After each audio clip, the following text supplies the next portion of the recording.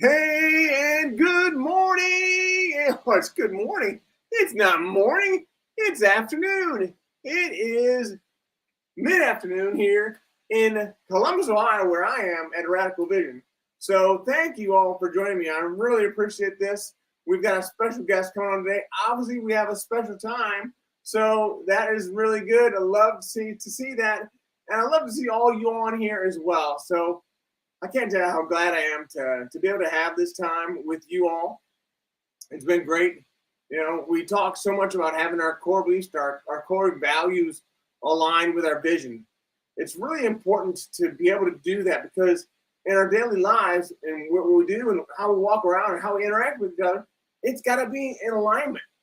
And that not only goes for our social time, but also our work time as well, where we're having those conversations with our boss or with our coworkers, with our customers.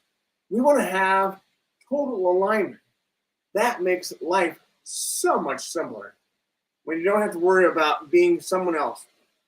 So that core alignment is very important. And somebody that knows a lot about core alignment and the vision alignment is our friend, our guest coming on today. And I'm going to bring him on here. And he is none other than, without any further ado, none other than Mr. Jon Giganti. Hey, Brian. Good to be here with you. Hi, everybody. Hey, Jon. How are you, man? Oh, I'm great. I'm so glad to have you on today. Excited to be here. Oh, man, this is incredible. There's so many questions that I want to ask you, but I really want to start off with this one first question. When is your first recollection of knowing your vision? Yeah, I think it was early. I was a soccer player growing up. I started playing at about 3 years old, and I knew I wanted to get every ounce of that I could get. I had professional aspirations from a young age and played all over the country, traveled internationally for a bit as a youth as well, and got to play college soccer too. So unfortunately didn't make it to the pro level, had some tryouts, but certainly early on definitely had that vision. If you want to hear more, stay right there.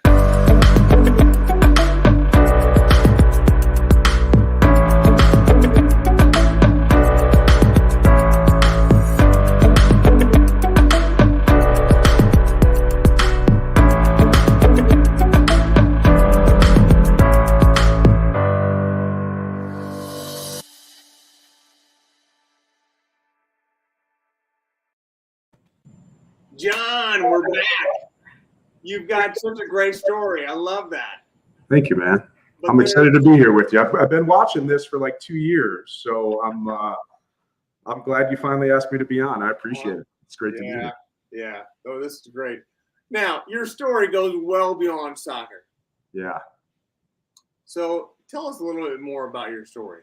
Yeah, I mean, I think at the start, as I said, my vision at an early age was to play as far as I could go, but certainly professional. I mean, I remember junior year at college, my accounting professor came up to me. I was a business major, and he said, "Hey, you haven't officially declared a major. What's going on?" He was mad at me, and because I hadn't, I still had this dream of playing at the next level. And yeah, I was going to school, and I got decent grades, but it was at that point that reality sunk in a little bit that I probably needed to think about life after soccer. And I think it's, part of what I love what you do with vision is that I had this vision from an early age, and this is as part of, I do some speaking and writing my first book now, but this is probably the biggest thing if I ever talk to young athletes these days, it's my identity was wrapped up in a ball, and that wasn't a good thing. So basically what happened is I was playing D1 ball at Bowling Green, not too far from where you and I are in Columbus, just a couple hours up the street. and had some personal challenges in my family and personal life. And at that point, you kind of have, I was used to being successful, wasn't used to facing adversity. And I didn't want to talk to anybody about it. Didn't go to any coaches, didn't go to any teammates. And unfortunately, I dealt with some pretty significant mental health challenges to the point where playing a game that I grew up, again, from 3 years old, it came fairly easy because you talk about Malcolm Gladwell's 10,000 hours. I certainly had that in.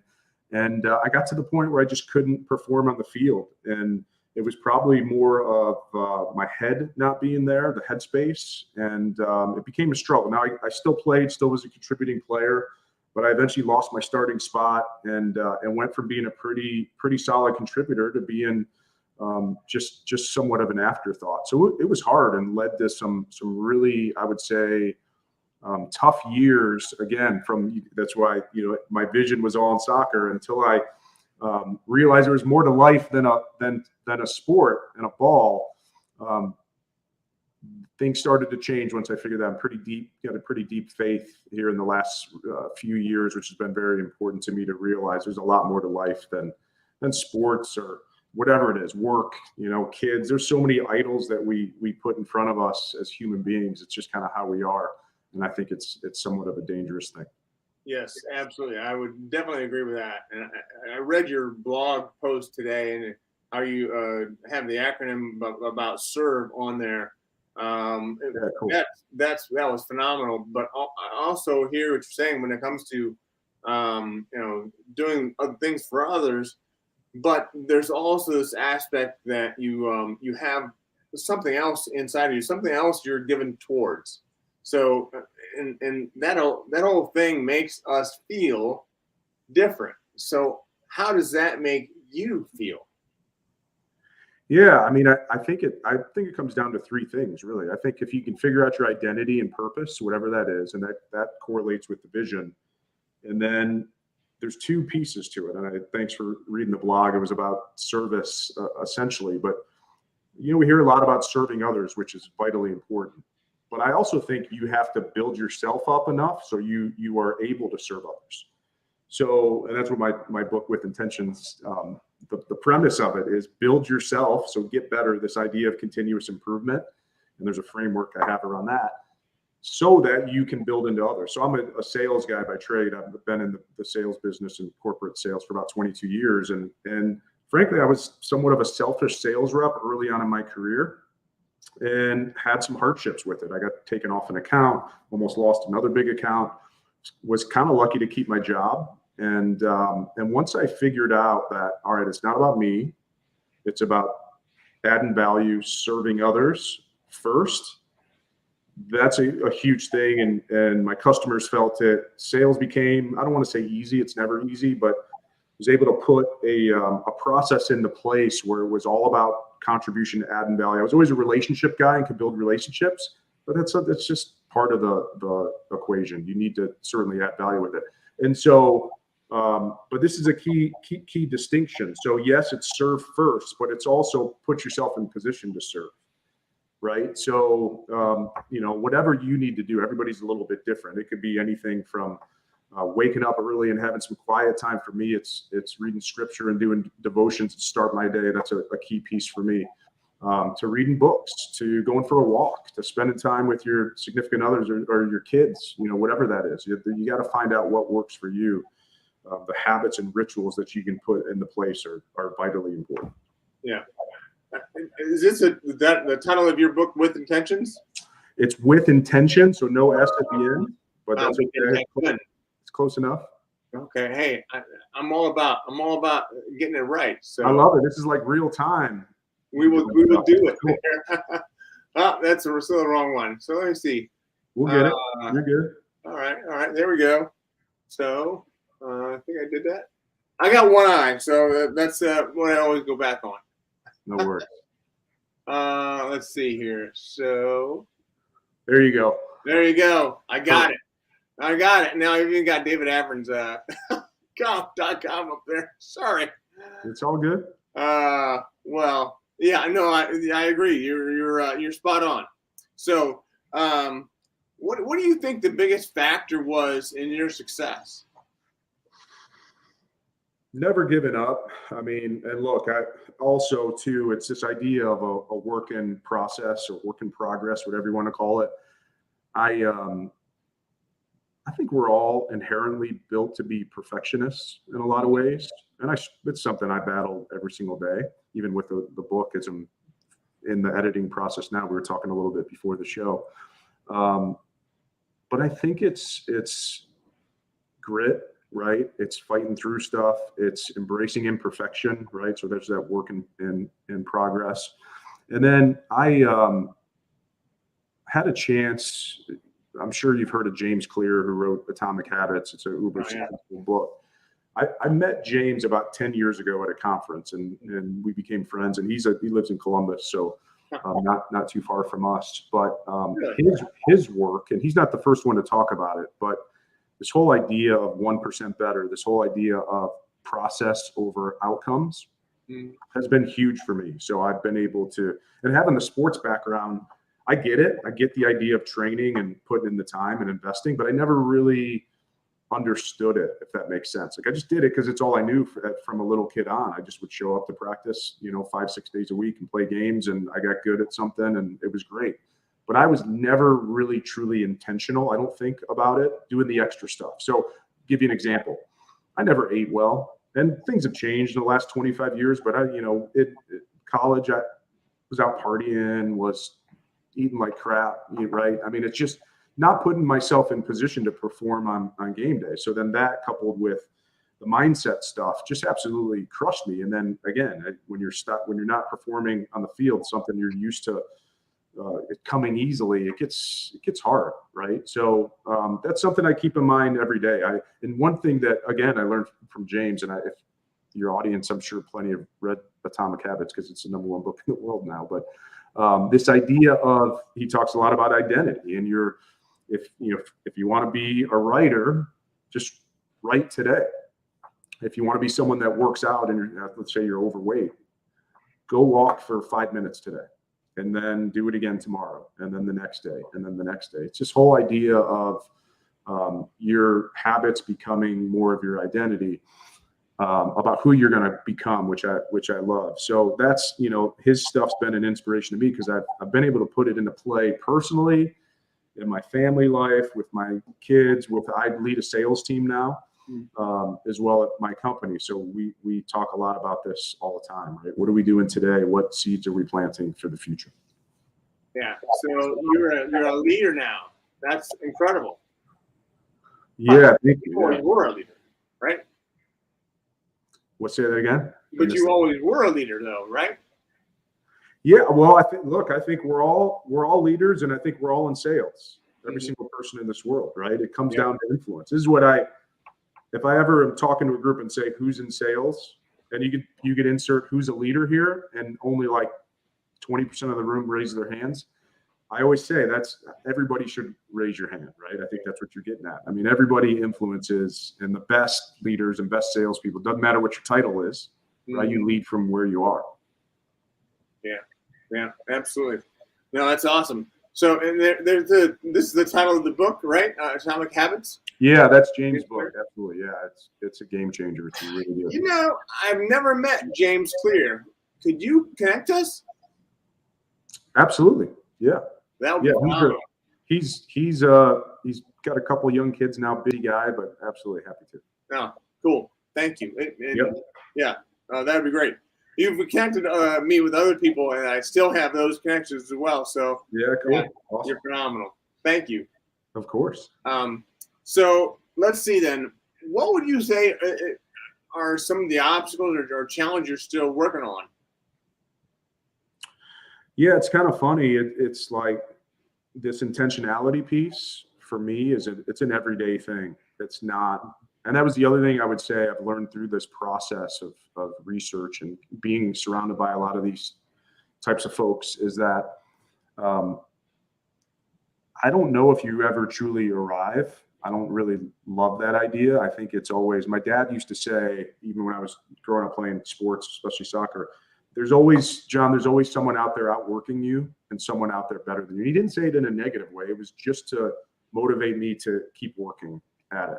Yeah. And I think that's an important thing. I think in this, it's easy to compare to now. I mean, think about we live in this social media type world where everybody puts their highlight reel out there of sorts.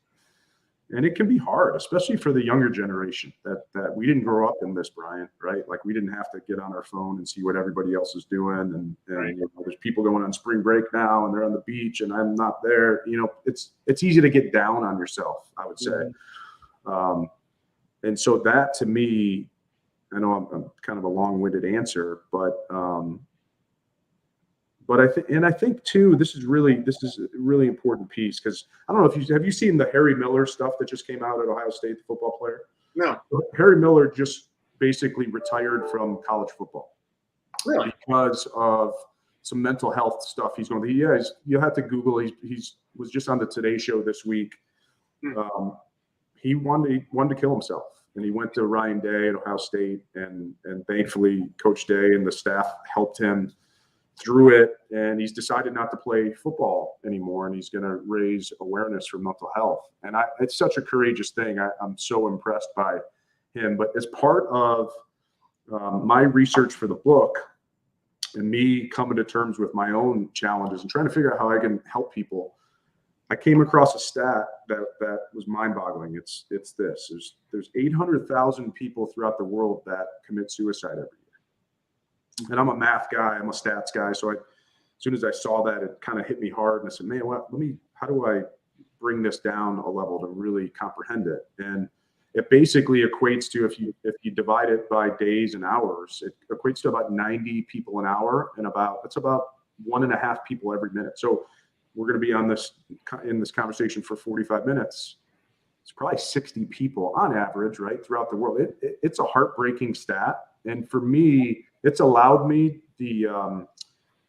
I would say the courage to talk to guys like you about this, right? Because most people, when they see me, they don't think, oh, you've dealt with struggles or whatever. I've got a great family, an incredible wife and kids. And so I'm trying to be more open with it, especially in corporate America, right? I mean, there's a lot of leaders that I see that I respect greatly. They're awesome, but their mindset is never let them see you sweat. I kind of take a different mindset with my team, even clients, when I'm talking about. I'm okay sharing challenges that I face, challenges with my family, because nothing's perfect, man. Your story is unbelievable with what you've battled, and that's what you do. You share your struggles, and it's inspiring to people. So we can't underestimate the power of being vulnerable. And I saw at that same conference I met James 10 years ago, I saw Brene Brown speak before she blew up, and you knew she had the it factor too. But that was the first real speaker I saw talk about vulnerability and the importance of it, and it opened up a lot for me. Slowly but surely I started to talk about it. Now I can come on this show and be very open about my challenges because it's made me who I am, and if it helps one person, that's worth it. Yeah, no, I agree. That's true. Now, you talked a lot about yourself, and I know you have some family issues as well. And I don't want to ask you anything. I'm an open book. You're good. Yeah. Okay. How are things going there? Yeah, I mean, look, we've got my son's got some things he deals with. So he's been diagnosed ADHD and some other mental health challenges. He's an amazing kid. If you met him, he's the sweetest kid in the world. He's a phenomenal athlete too, by the way. And it's kind of funny because I'm reluctant to push him into sports. I always hesitate now because of, and sometimes I question it because of my journey. Because I think he's a better athlete than me, but he played soccer and basketball. A better athlete than I was. But yeah, look, we love him. We're again, deep Christian faith. And I believe that we all have challenges, and it's our ability to embrace that and continue to build from who we are and where we are that make us humans, right? So continue to love on him, but things are good. Thanks. He's at a new school this year and doing really, really well. Oh, and still within the public school system, or is he going outside of that? Yeah, we moved to a private school, a smaller environment. And the public school was a great school district. It just wasn't the right fit for him. So smaller classroom sizes, and he's doing really well. A little bit of a drive for us, so my wife's putting some miles on the car right now, but and I get to pick up my daughter this afternoon after we talk, so that'll be fun. But it's that's okay. It's worth it. It's been a good. You know, you just got to find the right environment for you. We're super blessed that we found it for us. Yeah, well, good for you. That's awesome. Thank you. So tell me, what does the next level of your success look like? For me, it's continuing to put myself out there, continuing to create. I want to do great in my CCC Intelligent Solutions is a company I worked for 22 years. So we do very well. We have great clients. I've got a great team. I want to continue to build into my team, build into our clients. And then I said, create this. I'm writing a book. You and I have talked because you do a lot of speaking, and I've done a lot. I've invested a lot of time in learning the craft of speaking. So just I know I'm a perfectionist. I said this early, so I have to get out of my own way and just keep plowing forward, because I said that the 800,000, I mean, again, 800,000 people a year worldwide commit suicide. So if I can help bring that number down by one, hopefully more, that to me is success. Faith to me is being bold with that and courageous with that, and just modeling the way, right? I hesitate. It's funny you ask about success, Brian, because when I had some of those dark years, even in the corporate world, and I didn't tell this part of the story, but I started to have panic attacks speaking. So I would go in, and I'm a sales guy, right? So I would go and present, and I literally couldn't present anymore, and it was very scary. And you think about it, mouths to feet at home. And I ended up, at times I would go into the back of the room. I would do whatever I could not to be on the agenda to speak. That's not good for a sales guy. So no surprise that I eventually wasn't doing very well. But once I figured that out, had a couple decent years under my belt, was figuring out some of the personal stuff, being more open about this stuff. Before I got promoted to lead a team, I did this project called Success Habits. And I wanted to interview people, some of my colleagues that were successful, to learn from them, because I was able to have a couple years under my belt of success again, but I didn't want to settle. This is my dad coming in again. There's always someone out there better. Mm-hmm. And one of my colleagues, Scott, said to me, John, you need to do this readout at sales kickoff. This is pretty good stuff. So my whole thing was talking to him about, what time do you wake up? What time do you go to bed? What do you eat? Do you use a to-do list of electronic? I mean, all very tactical stuff. Mm-hmm. And the coolest part out of it was, I was talking to another colleague of mine, Chris, and he was talking about getting on the treadmill every morning. And then he also said he listens to this app called Right Now Media, or watches something on his phone. It's essentially like a faith-based Netflix thing. And kind of hit me when I talked about 30 people about what they did to be successful. But Chris really hit me, this power of intentionality, of feeding himself first to start the day. And he kind of batched it, right? He did a workout. He had some inspiring stuff he brought in. And light bulbs started going off. As I was chasing success, and I realized right then and there, as I was going through this project, that there's more to success than just making your number and selling something and making money and all that stuff. So that's kind of become the journey of With Intention podcast. I started to do some videos, just teaching. By the way, both my parents were teachers. So I married a teacher, a former teacher, who stays at home now, my wife, Michelle. But I've always had that in me. So now, but I think I'm a student first, right? I think any teacher, any speaker, or anything, you too, you're a student. If we take that student mindset, it's pretty cool what can happen. That's great. Yeah. There's a lot of truth to that. So it makes me wonder, it just makes me wonder at times. I wonder about some of the stuff you're going through, and I'm sorry for going back to that, but no, you're good. Yep. I know you've experienced prejudice or bias or neglect. I'm not sure what you've experienced. Give me an example of what you've experienced, whether it be with your son or yourself. Yeah, sure, we all have, right, and different aspects. I think I felt a little bit as I've opened up about some of the mental health stuff for myself. I've felt some, not a lot, but some people kind of push away or kind of be surprised, right? Like, oh my gosh, what are you doing? Like, again, I said earlier, never let them see you sweat. I mean, I'm a senior leader at a publicly traded $7 billion software company. And to be that transparent and open, I felt a little bit of that. Not that people aren't supportive, but I think people are surprised, like what this is. But also, people usually come around and say, you know, that's pretty bold and courageous. So that to me is somewhat minimal. I would say certainly my son, who has on the basketball court, for example. So this ADHD piece, he's at times, if there's too many inputs, he shuts down. And so we've seen him struggle with teammates. That's really hard because he I didn't grow up playing basketball, but now that I'm around it all the time, you got March Madness going on. It's very strategic. They just don't go out there and play. Right. There's a lot of schemes and plays and defensive assignments and 2-3 zone and man. I mean, there's all this stuff. And Gabe would shut down, and then he kind of freeze out there. And we saw it was really tough.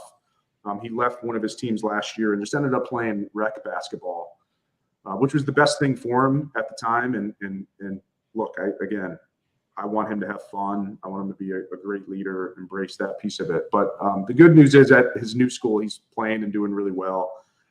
It's probably a little less pressure, I would say, which is good overall. Yeah. But as a parent, gosh, I'm sure you've been through it. To see your son or daughter struggle was heartbreaking. And by the way, that the COVID situation did not help. This is he's very social, so having to stay inside there for a while and not be around other students and different things, that was a struggle too. But he's doing well, so we feel very blessed. It's not perfect by any stretch. This is what we try to teach him too as we're talking. Is my wife and I is, look, life is not about what you do today. It's who you're becoming, right? We want to get better as we go. And this is the craziness about writing a book now about intentionality, right? I've seen it. I've seen the success around it, and I've also seen the failure with it. So I'm hoping that I have a unique perspective a little bit that I can help some people along the way. Yeah. So you talk about heartbreak. How else does it make you feel? Well, you get mad, right? I mean, you see someone, and sometimes it's not just maybe me or someone in my family. You see in this world we live in a lot of judgment, right? And a lot of what you said. I mean, you get anger, you get sad, you get mad. There's so many emotions, which I think the important part, which is why I love what you do, is that you talk about it. I mean, I look on social media all the time and see pictures of you with other people winking. It's like your calling card, right? And it's cool because you talk about vision and you talk about, hey, here's the trauma I went through. I think this is a game changer. And maybe I'm simplifying too much. C.S. Lewis has a quote, and I'm going to butcher the quote, but it says something to the extent of life is full of blessings and battles. And when I read that, and I say it all the time to people, and because it's so true in every single day. And if you can take that mindset with you of, some days you're going to have great days and some days you're going to have bad days, but either way, you're going to keep going. I mean, it's such an important mindset to have. I would argue it's probably the most important mindset, and it's not easy, simple to say, very hard to execute. I mean, that's why I study it and talk about it, because I have struggles with it too. Not immune to it. Wow. Jon, you left us with a C.S. Lewis quote. I mean, I can't think of any better way to end the show. Love it. Awesome. Well, thanks for having me on, man. This was fun. I appreciate it. Anytime, and look forward to catching up soon. Yeah, if you wouldn't mind hanging out in the green room for a little bit, that would be awesome. And I'll be right back. Awesome. All right. I'll let everybody else know. Thanks. Thanks. All right. Yeah. Bye. Oh my goodness. Jon Giganti is incredible. And I love the heartfelt stories that he tells. You can tell everything he says is actually straight from the heart. And I think that's so important because he really knows how his core beliefs, his core values influence and are aligned with his vision. That's incredible. So we've got a big guest coming up next Monday, the 28th. That'll be Mr. John, another Jon, John, Mr. John Colby. He'll be coming on with us at 10 a.m. Eastern. So look forward to seeing you all there. We've got so much good in store and so much goodness coming ahead. And I'm just so thankful, and I'm thankful for all of you all being on here today. I appreciate you all. And just remember, as always, keep one eye on the road.